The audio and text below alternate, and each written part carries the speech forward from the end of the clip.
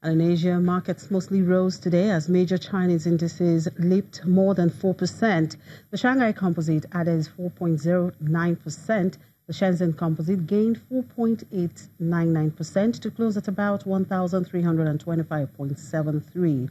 In Japan, the Nikkei 225 erased earlier losses to close 0.37% higher, while the Topix Index gained 0.15%.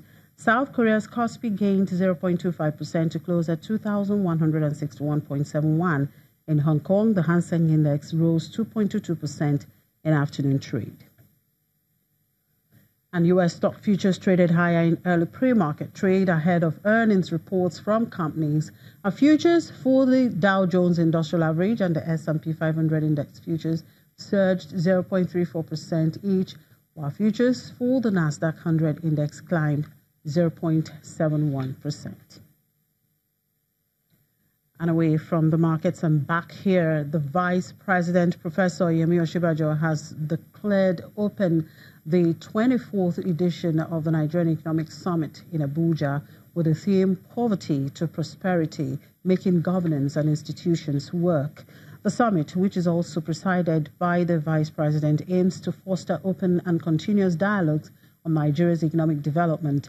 The Nigeria Economic Summit is an annual gathering which serves as a platform for public-private sector cooperation to discuss the future of the Nigerian economy and proffer solutions to drive national economic growth and global competitiveness. And Tunisia has announced plans to sell Eurobonds worth $1 billion early next year. The North African country had planned the bond sale since the first quarter of 2018 to help to plug a budget deficit, but the issue had been delayed several times. Last month, the International Monetary Fund approved the payment of a $245 million loan tranche to Tunisia, the fifth under its loan program, with the North African country paving the way for the bond issue.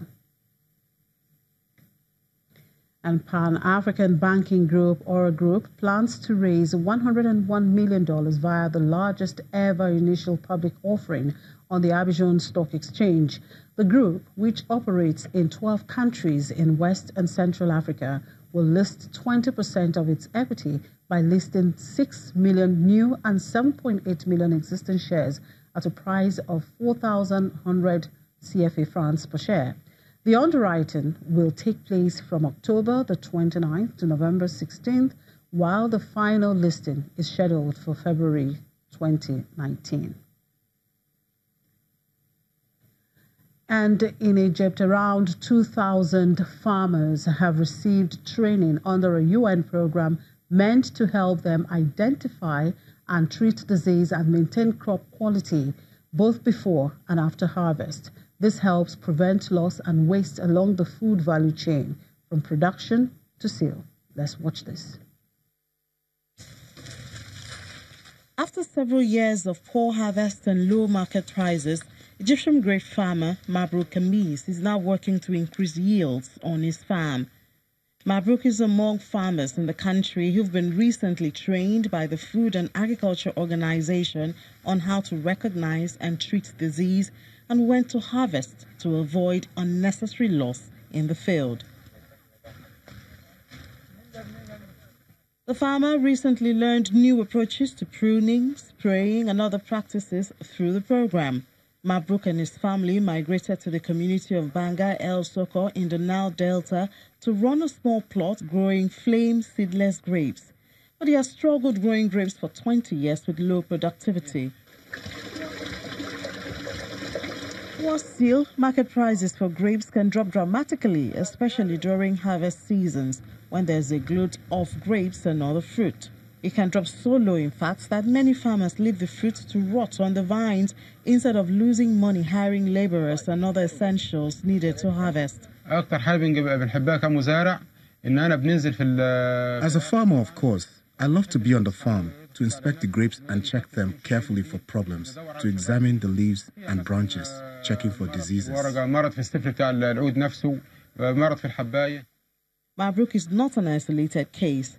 Food that gets spilled or spoiled before it reaches its final product or retail stage is called food loss. and it's a huge problem in Egypt and other countries in the Near East and North Africa region. 25 to 35% of grapes are lost before they reach the consumer. Similarly, 50% of tomatoes are lost through inefficient practices, helping to entrench poverty throughout the agricultural sector. Mabruk has learned how technology can help to improve the marketability of the grapes. He is now able to use the refractometer to test the levels of sugar in the fruit as it grows. Through the project, I learned, for example, that the ideal sugar content when grapes are ready for harvest is 20%. Over 2,000 Egyptian farmers have been trained in food loss reduction across the country. Farmers and laborers are also trained how to handle and package grapes during the crucial harvest when many grapes are damaged. I learned the right amount of fertilizer to use to avoid too much fertilizer, which harms the vine. It needs to be just right to benefit the crops and to avoid losses.